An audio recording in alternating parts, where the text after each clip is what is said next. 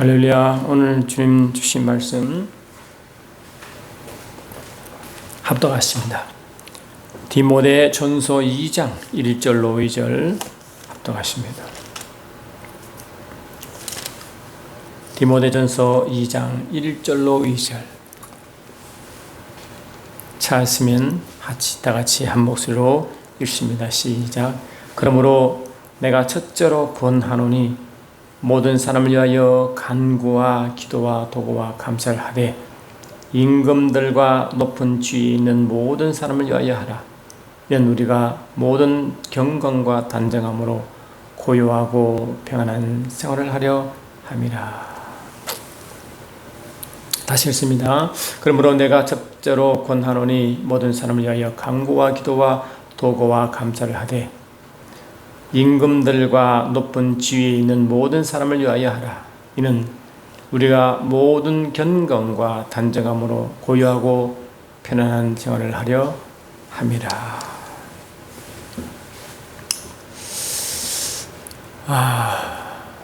저와 여러분들은 성령으로 거듭나고 새로운 피조물이 된 이후로 매 순간순간 우리 안에 계신 성령의 감동과 음성과 지시를 따라 살아가도록 되어 있습니다. 그래서 요한복음 10장 보니까 목자와 양의 관계를 설명하면서 양은 반드시 목자의 음성을 듣고 따라가야 한다고 분명히 선포하고 있습니다. 그 중에 하나가 저와 여러분 매 순간 성령으로 인도함 받는 그 삶이 첫 번째가 바로 예배 삶이라는 것입니다. 그 예배라는 것은 구약의 제사와 같이 영적으로 같은 맥락을 하고 있습니다. 이스라엘 백성들이 이제 애굽에서 바로 왕의 이제 폭정과 억압을 있다가 하나님 보내신 이 모세의 손에 이끌려 이제 광야로 나아갈 때 하나님이 그들에게 하신 말씀이 있습니다. 그것이 출애굽기 29장 42절로 말씀하고 있습니다. 여러분 같이 제가 읽어드릴 테니 들어보시기 바랍니다. 이 말씀은 여러분 같이 나눈 말씀이기 때문에 아마 익숙한 말씀이기도 할 것입니다. 출애굽기 29장 42절 이는 너희가 대대로 여호와 앞 회막 문에서 너희를 드릴 번제라. 내가 거기서 너희를 만나고 내게 말하리라. 이렇게 했거든요. 그러니까 이스라엘 백성이 아침 저녁으로 늘 드린 번제가 있는데 그 번제 시에 하나님이 어떤 행동을 하시느냐 하니까 내가 너를 만나겠다. 그리고 내가 너에게 말하겠다. 이렇게 약속하신 것입니다. 그리고 하나님은 이스라엘 백성과 늘 만나기를 원하셨고 말씀을 하기를 원하셨습니다. 그 통로가 바로 그들식의 제사였습니다. 이스라엘 백성이 출애굽할 때 하나님 분명히 출애굽 5장 1절 6장 1절, 8장 1절, 9장 1절을 보니까 이 백성을 광야로 나가게 하라. 거기서 너희가 내 절기를 지킬 것이고 나를 섬길 것이다 라고 그렇게 말씀을 하셨죠. 하나님의 절기, 여호와의 절기를 지키고 나를 섬긴다는 것이 바로 구체적으로 그들의 행한 그 행동이 바로 이 제사였습니다. 이 제사를 드릴 때 하나님은 왜 제사를 요구하시느냐, 왜 하나님을 섬기기를 원하셨냐, 의도가 뭐냐, 하나님은 그들을 만나기를 원하시고 그들에게 말씀 주기를 원하신 것입니다. 그리고 출애굽기 29장 40절 보니까 45절 이하 보니까 내가 이스라엘 자손 중에 거하여 그들의 하나님이 되리니 그들은 내가 그들의 하나님 여호와로서 그들 중에 거하려고 그들을 애굽 땅에서 인도하여 낸 줄 알리라. 나는 그들의 하나님 여호와니라. 이랬거든. 그래 하나님은 이스라엘 백성 중에 거하시려고 이끌어내신 것입니다. 가운데 거하시려고 이스라엘 백성 가운데 거하셔서 만나 주시고 말씀 주시려고 근본 의도가 하나님과의 관계성을 위하여 이끌어내신 것입니다. 하나님의 관계성이다. 그 관계성의 구체적인 행동이 바로 제사로 나타났습니다. 저와 여러분 예수를 믿고 이제 예수를 영접하고 그 이름을 믿는 모든 자에게 하나님 자녀에 대한 권세를 주시는데 이것은 혈과 육으로 나지 않고 하나님께로 난 자들이라고 말씀합니다. 하나님께로 난 자들, 다시 말하면 하나님께 이 하나님으로부터 거듭난 자, 피조물 된 자들은 성령을 받는 것입니다. 성령 받는 그들에게 하나님이 어떻게 말씀하시느냐. 요한복음 14장 17절에 이렇게 말씀하고 계십니다. 그는 진리의 영이라 세상은 능히 그를 받지 못하나니 이는 그를 보지도 못하고 알지도 못하매라. 그러나 너희는 그를 아나니 그는 너희와 함께 거하시며, 이게 출애굽한 하나님의 이 바라심이죠. 내가 너와 함께 할 것이다. 너희 가운데 계시겠다. 너희 속에 계십니다. 하나님은 함께 거하시고 그 가운데 계시고 그들 속에 계시길 원하시고, 그래서 이 신약교회에서 구체적으로 하나님 출애굽할 때 똑같은 영적 원리가 이 신약교회에서 이루어진 것이고, 성령의 마음으로 하나님이 그들 가운데 계시고 그들 속에 있기로 하신 것입니다. 그걸 보고 뭐냐? 그날에는 내가 아버지 안에, 너희가 내 안에, 내가 너희 안에 있는 것을 너희가 알리라. 그래, 이 성령님하고 또 이 예수님이, 다시 이 삼위일체 하나님이 이 믿는 자 안에 오시고, 또 그들 하나님 안에 있으므로 하나 되게 하신 것입니다. 하나 되게 하셨다. 바로 연합이죠. 놀라운 비밀인 것입니다. 어떻게 이 조물주 하나님이 피조물 인간과 하나 될 수가 있는 것입니까? 격이 다르잖아요. 어디가 인간과 개미가 할 수 있나요? 함께 할 수 없죠. 왜? 격이 다른 것입니다. 그런데 하나님과의 인간 관계는 사람과 개미보다 더 큰 차이가 있는 것입니다. 조물주 하나님이 이 땅에 어쩌면 티끌 같고, 어쩌면 벌레 같고, 한낮의 안개 같은, 갈대와 꺼져가는 촛불 같은 그런 인간, 흑인 인간과 하나되게 하십니다. 그리고 이 흙으로 지은 인간과, 다시 말하면 이 위치적으로나 자격적으로는 이 천냥지차인 그 관계를 어떻게 그분, 그 흙으로 지어진 인간 속에 하나님 계시고 그 하나님 안에 인간이 있는 하나된 역사가 어떻게 일 수 있냐? 어떻게, 그는 하나님이 낮아지시거나 아니면 흙이 된 인간을 격히 높이는 것밖에 없습니다. 그래, 하나 되게 하십니다. 하나님은 그 레벨이 하나다는 것이죠. 이퀄라이즈 됐다. 그래서 주님은 이 고린도후서 9장에 이렇게 말씀하고 계십니다. 고린도후서 9장 8절 보니까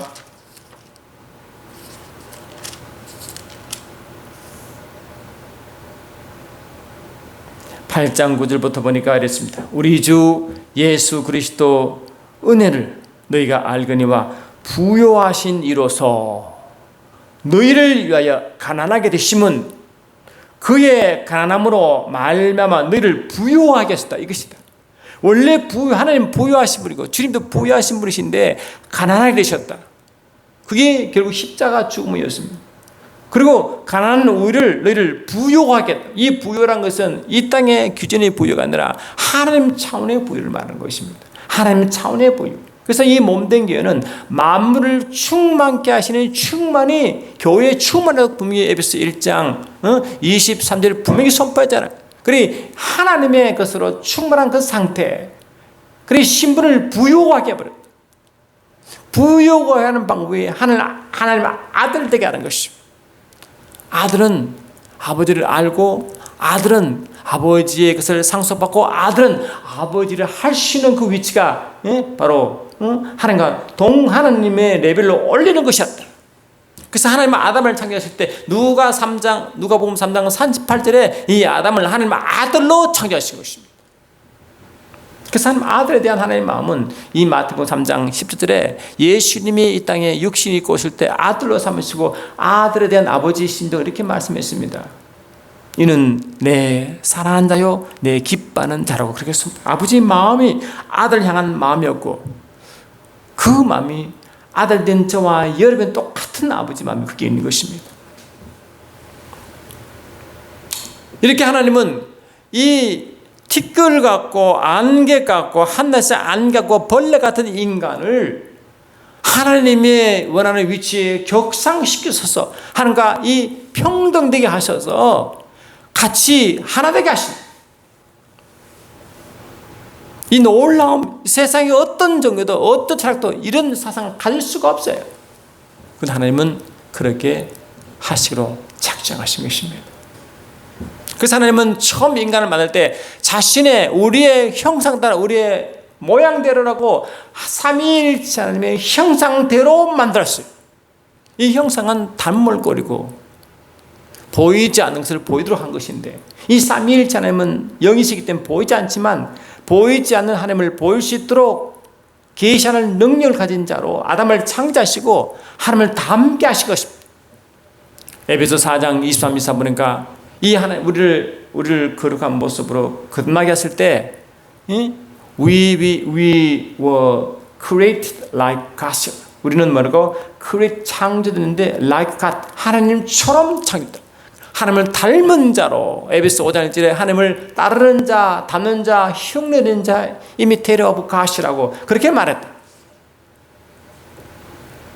그게 아버지 마음이에요. 그래서 우리 이 하나님의 이 이스라엘 백성도 그렇지만 이 이스라엘 영적 이민 이 몸된 교회도 우리를 몸된 교회를 너희는 택하신 족속이라고 영적 유대인처럼 말하고 있잖아요.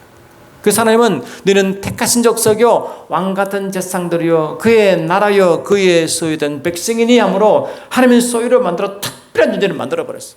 그래서 이스라엘 백성이나 영적 이스라엘 교회는 하나님의 특별한 존재요 보호와 진주와 같은 존재로 만들어 하나님의 소유로 만들어 버렸습니다. 그러면 이스라엘 백성이 출애굽하여 근본 목적이 하나님과 하나 되게 하시고 하나님이 그 안에 거하시고 그들이 또 하나님 안에 있으므로 하나님은 왕이 임금이시고 그 백성의 관계지만 실은 그 백성과 인간의 통치와 통치받는 관계를 넘어서 하나 되게 하는 관계를 맺는 이유가 뭐냐? 그거는 아버지를 알고 아버지를 행하도록 한 의도가 거기 있는 것입니다. 저와 여러분이요, 알아야 면장질하다라는 우리 속담도 있잖아요.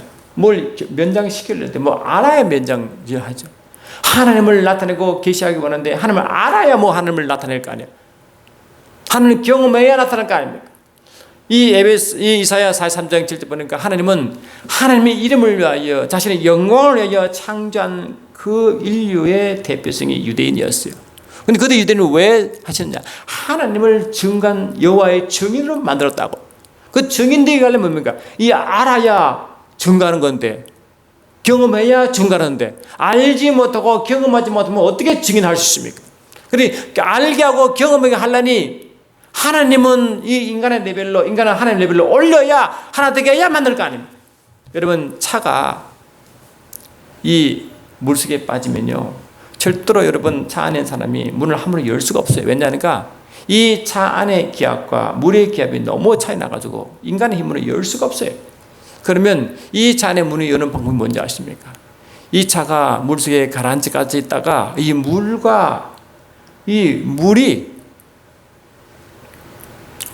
차 안의 물이 서로 평형을 이룰 때, 그때 이 차 안의 물과 바깥의 물이 서로 평형을 이룰 때, 기압이 같으면 물이 그냥 섞여 열리는 거예요. 그러니까 같은 기압을 유지하게 하는 것이 이 차에 빠진 물이 빠진 차가 문을 여는 가장 쉬운 방법이에요. 그렇게 하나님은 인간을 만드시고 하나님을 드러내고 계시한 목적으로 그렇게 만들어놨다. 그게 아버지의 마음이고 의도였습니다.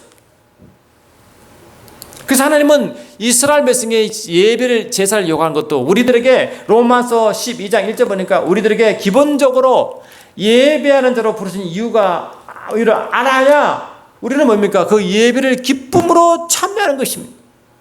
로마서 12장 1절 보니까 그러므로 형제들아 내가 하나님의 모든 자비하심으로 너희를 권하노니 너희의 몸을 하나님이 기뻐하시는 거룩한 산 제물로 드리라. 이것이 너희가 드릴 영적 예비니라 하므로 우리 몸을 거룩한 산 제물로 드려 항상 예배자의 모습을 서라. 예배자의 모습을 서라고 명령하셨어요. 예배자의 모습으로. 그럼 왜 아까 말씀드린 예배자, 구약식 표현으로 제자 드린 자인데 왜 예배를 부르겠어요? 그렇죠? 그들과 함께 누리고 함께 알려고 하는 그것이 이루어지는 것이 예배인 것입니다. 그래서 하나님은 아담을 자신의 형상대로 만드는 자신을 닮은 자로 자신의 일을 행할 그 모양으로 만든 이유가 뭐냐? 그리고 하나님이 그에게 주신 명령이 뭐예요? 이 창세기 2장 15절 아니에요? 보세요. 창세기 2장 15절 보니까 이렇게 되어 있습니다.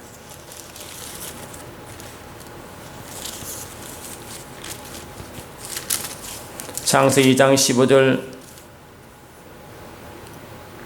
여호와 하나님이 그것을 이끌어 에덴의 동산에 두시오 그것을 경작하며 지키게 하시고 이 말씀 우리가 많이 했습니다. 아담을 에덴에 두셔서 첫 번째 하게 한 일이 뭐냐? 그 에덴을 경작하며 지키라라는 명령이 있습니다. 그러면 이 경작하는 것이 그냥 땀 흘려 일한다라는 의미밖에 없는 거예요? 아닙니다. 원래 있듯이 이 아바드라는 원어인데 이 아바드가 또 세 가지 있다고 여러분 강조했습니다. 첫 번째가 땀 흘려 일하다고요. 두 번째가 예배하다 뜻입니다. 세 번째가 스스로 종이 되는 것입니다. 그러니까 이 땀 흘려 일하는 그 모든 행위가 예배로 이어져야 그 이 일 자체가 예배로 이어지고 예배가 일로 생활과 일치화되는 거예요. 우리가 어디가 일하든 간에 무엇을 일하든 그 일이 다 예배 행위가 되지 믿습니다. 그러니까 이 예배가 하나님께 드리는 하나의 뭐랄까 하는 의식인데 매 순간 한 일이 자기가 소속한 그 일이 예배 행위면 얼마나 그 일에 충실하겠습니까? 예수 민자들이 사회 곳곳에 가서 그 일터에서 하나님의 증인되기를 원하시는데 그 일터에서 머리가 되는 것은 뭐냐? 이 그냥 머리 하는 게 아니라 열심히 일함으로 머리를 인정받는 것입니다. 무엇처럼 요셉처럼 요셉이 또 다니엘이 그 일하는데 뭐 게으름 부렸습니까? 일이 대충 했습니까? 아닙니다. 완벽한 일을 처리했습니다. 다니엘이 오직 일을 완벽하게 처리했으면 다니엘의 정치적 그런 적들이 다니엘을 고소하고자 허물 찾을 수 없다고 말했어요. 완벽한 일을 처리한 거죠. 요셉도 애굽에 가서 보디발 장군의 노예로 팔려갔으면 나중에 소문이 나요. 소문난 것은 뭡니까? 일을 완벽하게 잘한다는 뜻이거든요. 일을 보니까 그 일을 완벽하게 잘하기 때문에 소문난 것이 그게 이 보디발 장군 귀까지 가는 그 사건입니다. 그러니까 이 요셉과 다니엘은 교회 이런 저와 여러분 한 일원인데 같은 신분인데 물은 곳곳에 말하고 곳곳에 땀을 흘려 일을 했어요. 그 일을 완벽함으로 그 일 자체가 하나님께 예배드리는 마음으로 했다는 뜻입니다. 그게 그 명령이 아담에게 준 명령이었습니다. 왜 저와 여러분이 예수를 믿고 각 삶에 들어가 그 삶 일터에서 하나님을 정관자로 세웠냐면은 그곳에서 하나님을 드러내라고 한 것입니다. 할렐루야. 하나님은 성실한 분이시다. 신실한 분이시다. 완벽한 분이시다. 효과적인 분이시다. 효율적인 분이시다. 지혜로운 분이시다. 그를 하나님을 믿는 자로 하나님을 경험한 자로 삶 가운데 예배의 삶이 땀 흘린 삶이고 예배의 연장이 되어 매 순간 그 일에 하나님이 일하심으로 어떻게 일한지의 결과를 보여주는 것입니다. 아담, 요셉처럼 다니엘처럼 말이죠. 그래서 예수를 진실로 잘 믿는 자들은요, 자기가 근무하는 그곳에 항상 인정받게 되어 있습니다.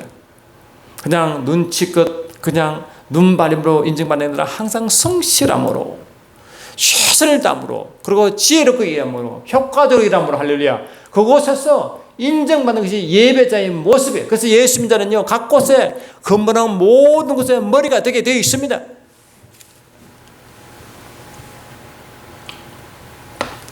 그 자신이 일하는 것으로 하나님이 얼마나 사람의 지혜롭게 하셨고 얼마나 명철하고 똑똑하게 하시는 그 표가 결과로 드러나는 것입니다. 그래서 예수님은요, 자기 일하는 그 직장이나 그 어디서든지 성실함으로 인정을 받아야 그 사람이 예배의 성공자로 정의되는 것입니다. 그러니까 이 예배자는 그 단순히 형식 예배, 우리가 일주일에 한 번씩 모여서 예배도 중요하지만 그것이 다가 아니라 삶의 예배가 되어야 됩니다. 삶 자체가 하나님과 함께 일하시고 함께 하는 것이. 그러면 그렇게 되려면 어떤 관계? 하나님을 만나야 되죠. 경험해야 되죠. 하나님이 어떤 분인가 알아야죠. 하나님께로부터 계속 공급받아야 되죠. 할렐루야. 하늘 지혜로, 하늘 지식으로 계속적으로 우리 속에 이미 임한 그 지혜를 이용할 줄 알아야 되죠.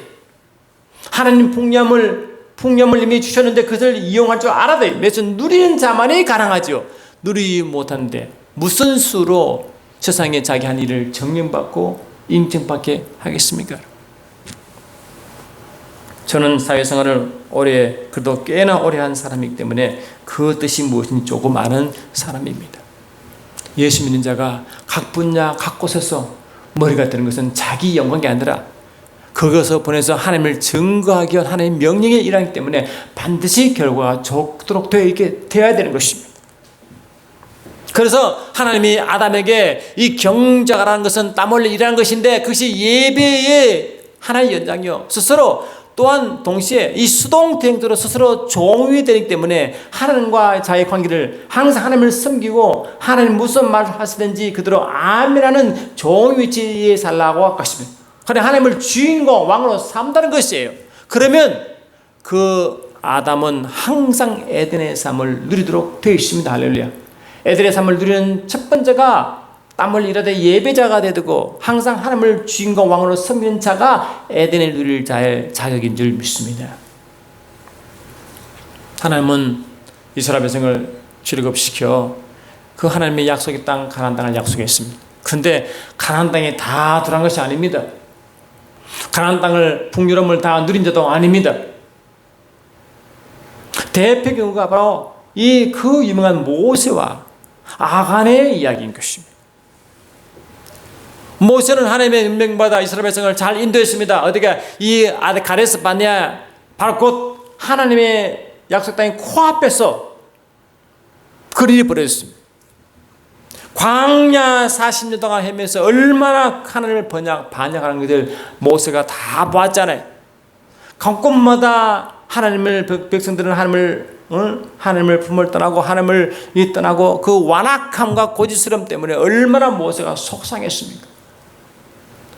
그 삶 자체가 항상 불평불만 연속이었어요. 불순종의 연속. 그러니까 그를 계속 본 모세가 얼마나 속이 뒤틀리겠어요. 그러니까 화가 너무 나서 또 물이 없어 불평하는 그에게 하나님이 모세에게 바위를 명하여 물 내라고 하신 불구하고 너무 화가 나가지고 가지고 있는 지팡이로 이 바위를 2번 내리침으로 물은 났지만 근데 그 사건으로 모세는 하나님이 약속한 그 상속인 가나안 땅을 밟지도 못하고 누리지도 못한 자가 되어버렸어요.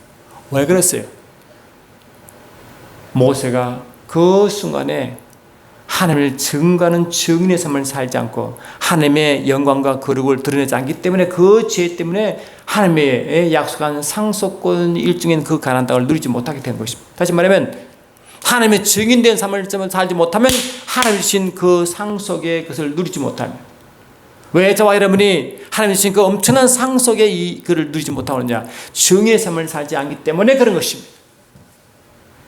또 다른 하나는 뭐냐? 그래서 이스라엘 백성이 40년 훈련받고 가나안 땅에 들어갔습니다. 하나님이 약속한 땅 상속을 받은 그 가나안 땅에 이 상속을 받기 때문에 이미 그것은 이스라엘 백성을 준 약속의 땅입니다. 이미 그들이 그것이라고 선포해버렸습니다. 하나님은 그 땅을 주시되 그냥 하게 아니라 그 땅에 있는 모든 하나님의 원수인 7 대적을 다 멸하게 하시고 땅을 땀 흘려 그를 전투함으로 영적 전투를 통하여 그를 차지하고 누리게 하십니다. 그러므로 이 하나님 주신 상속권은 영적 전투가 반드시 따르는 점이 있습니다. 그리고 이 하나님의 첫번 하나님의 것은 하나님의 것이라는 건 고백한 거로 그 하나님의 것에 11조를 바치게 되어 있습니다. 그런데 이 하나님의 땅 가나안 땅의 11조가 여리고성이었습니다. 여리고성을 정복하는 그 모든 금은보화를 하나님 집에 다 놓아라 하는 것을 범하고 훔친 자가 아간이었습니다. 그 뒤에 계속성이 있습니다. 그 여리고성보다 더 약한 아의 성을 정복하지 못하고 참패했는데 그 참패 이유를 보니까 바로 하나님의 것을 도둑질한 그 아간의 죄가 드러난 것입니다. 아간은 하나님의 약속 땅을 누리지 못한 이유가 하나님의 이 주권을 인정하지 않고 하나님 것을 도둑질하는 것에 대한 그 죄값으로 하나님의 상속을 누리지 못한 자가 되었단 말이죠. 그 예배자의 삶은 뭐냐? 매 순간순간 하나님을 왕으로 모시고 주인으로 삼는 것이고 그분을 계속 바라보는 것이죠. 오죽 하나님 그랬을까요? 여호와를 기쁘게 하는 것이 너희의 힘이라고 했을까? 여호와를 기쁘게 하는 것은 매 순간 예배자의 삶을 했잖아요. 매 순간 하나님을 바라보는 것이 바로 이게 뭡니까? 하나님을 계속적으로 바라보게 한 해바라기처럼 이 해바라기는 해가 이동하도록 계속 따라가는 거라는 거예요. 식물이. 그처럼 저와 여러분은 이 해가요, 이 시편 보니까 해를 하나님에 비유합니다. 하나님으로 비유해요. 다른 증인을 비유합니다. 그리고 이 해가 하나님으로서 계속 따라가, 그렇게 하나님을 계속 바라보고 그걸 따라가는 삶이 그걸 바로 경건의 삶이라고, 경건의 삶이다. 오늘 읽은 말씀이 뭡니까? 하나님은 우리가 이 삶 가운데 어떤 삶을 원하느냐? 안전되고 평안한 삶을 살기를 원하십니다. 디모데전서 2장 1절 보니까 그러면 내가 첫째로 원하노니 모든 사람을 위하여 간구와 기도와 도구와 감사를 하되 임금들과 높은 지위에 있는 모든 자를 위하여 하라. 그러니까 우리를 기도하는데 먼저 뭘 기도하느냐? 임금들과 높은 지위에 있는 모든 자를 위해서 기도하는 것입니다. 왜 그런가? 우리가 이 모든 경건과 단정함으로 고요하고 편안한 생활을 하렴. 하나님은 우리에게 고요하고 편안한 자, quiet and peaceful life라고, 고요하고 편안한 삶을 살기를 원하시는데 어떻게 그러면 그걸 누구를 누리느냐? 바로 말하고요, 경건한 삶을 통해 누린대. 그럼 경건한 자의 모습이 뭐냐? 이 나라의 통치자를 위해서 기도하는 삶이라는 것입니다. 저는 기도할 때마다 항상 이 나라의 민족, 대통령과 그 산부 요인과 각부 장관과 공무원들을 기도합니다. 왜냐하면 로마서 13장 1절 보니까 모든 권세는 하나님께 나왔고 그 권세가 백성을 통하여 그들에게 위임시켰거든요. 그리고 그 권세가 이 나라 통치자들 공무원들은 하나님이 위임시킨 권세를 갖고 있는 것이에요. 그를 잘 쓰도록, 하나님 주신 그 권세를 잘 쓰도록, 하나님의 사역자와 일꾼으로 서임받을 수 있도록 그렇게 기도하는 줄을 믿습니다. 하나님 주신 권세를 하나님 영광을 위해 쓰도록 기도하는 것입니다. 이 나라 대통령과 산부위원과 각부 장관과 각부 종문들이 하나님 주신 권세를 그들이 가지고 있는데 그 권세가 로마서 13장 보니까 하나님의 일꾼과 하나님의 사역자로 쓰임받으라고 그렇게 말하고 있어요. 그것 때문에 우리가 세금을 낸다고 되어 있습니다. 그렇게 기도합니다. 이 나라가 악한 자에 속지 않고 하나님의 뜻을 반대한 것을 쓰지 않고 하나님의 뜻을 이루는 데 서 있도록, 다시 말하면 하나님이 이제 주님이 이 땅에 오시는데 오신 그 길을 예비하고 나라를 부흥시키는 것으로 쓰임받을 수 있도록 그렇게 기도하는 것입니다. 비록 하나님을 믿지 못한 대통령이라 할지라도 은연중에 하나님의 일을 하도록, 마치 바로와 바벨론 왕을 쓰임받은 것처럼 그렇게라도 하나님의 영광을 위해 쓰임받도록 기도하는 것입니다. 그리해야 뭐라고? 그리해야 우리가 고요하고 편안한 삶을 산대요. 그러면 그런 자가 어떤 자? 바로 경건과 단정함으로 사는 자라고 말해요. 경건한, 이 단정함이라는 것은 with honesty 또는 with prudence라는 단어를 쓰는데 이 성실과 분별된 단어입니다. 성실과 분별. 저와 여러분은 늘 성실히 일함으로 예배자의 삶을 말하는 것이고, 분별은 뭡니까? 영적 분별력을 말하는 것입니다. 이 아담에 주신 정확한 명령이십니다. 경건은 아담의 삶이었고, 땀 흘림은 아담의 삶이었고, 분별은 아담의 삶이었습니다. 그런데 영적 분별을 잊어버리고 하나님을 늘 향하는 그러한 하나님의 경건한 이 근근 뜻이 뭐냐? 영어로 godliness라는 뜻은 이 양심이 항상 하나님을 향한다. 그것이 경건이거든요. 그게 그대로 예배의 삶이요, 그 육경의 삶인데, 그 예배적 경건의 삶은 계속 하나님을 계속 바라보게 만드는, 하나님을 집중하고 하나님을 왕으로 섬기고 주인을 섬기고 그분의 뜻을 따라가며 그분을 기쁘시게 하는 삶이 그 경건의 모든 삶으로 말할 수 있는데, 그런 자가 되어야지만이 그런 자의 기도를 통하여 많은 사람이 평안한 삶을 살도록 하십니다. 하나님, 우리 삶이 어렵고 힘들고 그런 삶을 원치 않으십니다. 항상 편안하고 고요한 삶을 살기를 원하시는 것 좀 있습니다. 그럴 때 이 쌍이 뭐 악함이 없고 악한 영도 없고 그런 뜻이 아닙니다. 세상이 그렇게 환란이 임해도 이 삶 자체가 그런 삶이 된다는 것입니다. 여러분 시편 기도 잘 아시죠? 여러분 시편 기도가 뭡니까? 이 다윗의 기도 아닙니까? 다 좋아합니다. 그러면 이 다윗이 처한 형편이 모든 게 안정되고 환란도 없고 눈물도 없는 그런 상태가 아닙니다. 이 다윗은 그 시편 23편은 시편 22편과 연결되었다는 사실 아십니까? 시편 22편 보니까 이렇게 되어 있죠. 내 하나님이여, 내 하나님이여, 어찌 나를 버리셨나이까? 어찌 나를 멀리하여 돕지 아니하시며 내 신음소리를 듣지 아니하시나이까?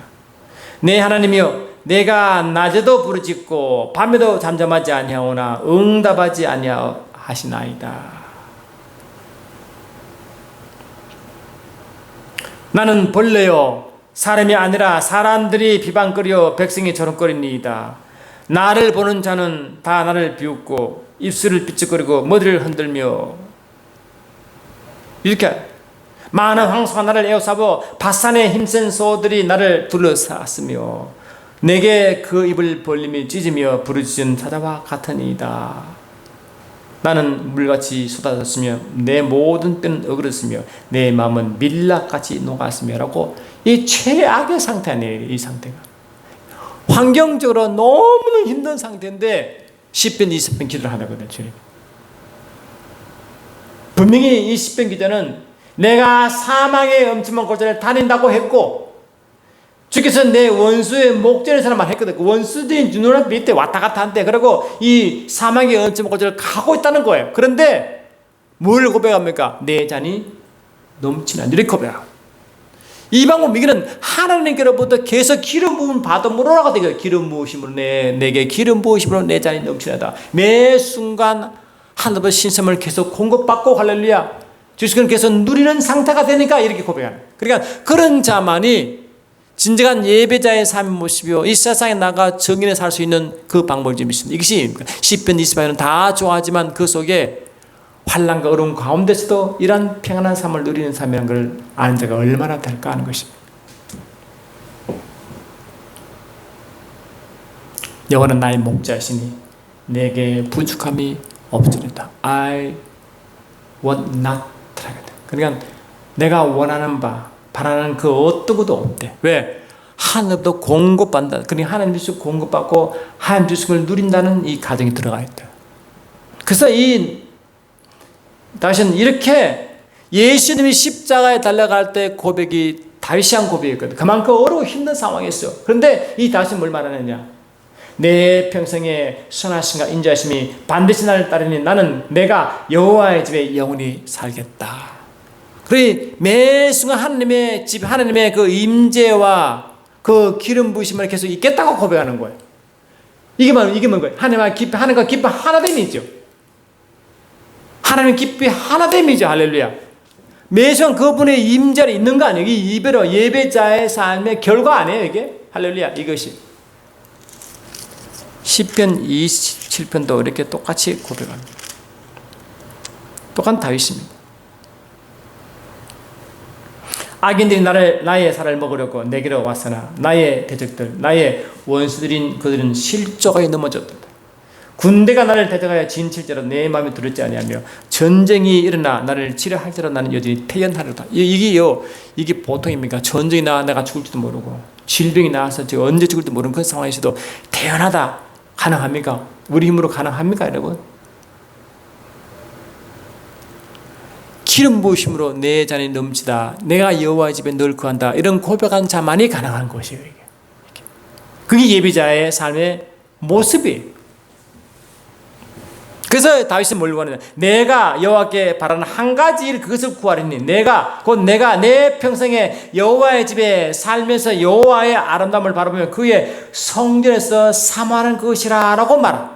그리 계속 하나님과 깊은 관계를 요구했습니다. 매 순간 그만이 유일하게 다윗이 승리한 길을 알았다. 그래서 다윗이 범죄 후에도 뭘 두려워했느냐? 성신을 내게서 거두지 마소라고 기도했습니다. 왜? 그를 너무 잘하기 때문에.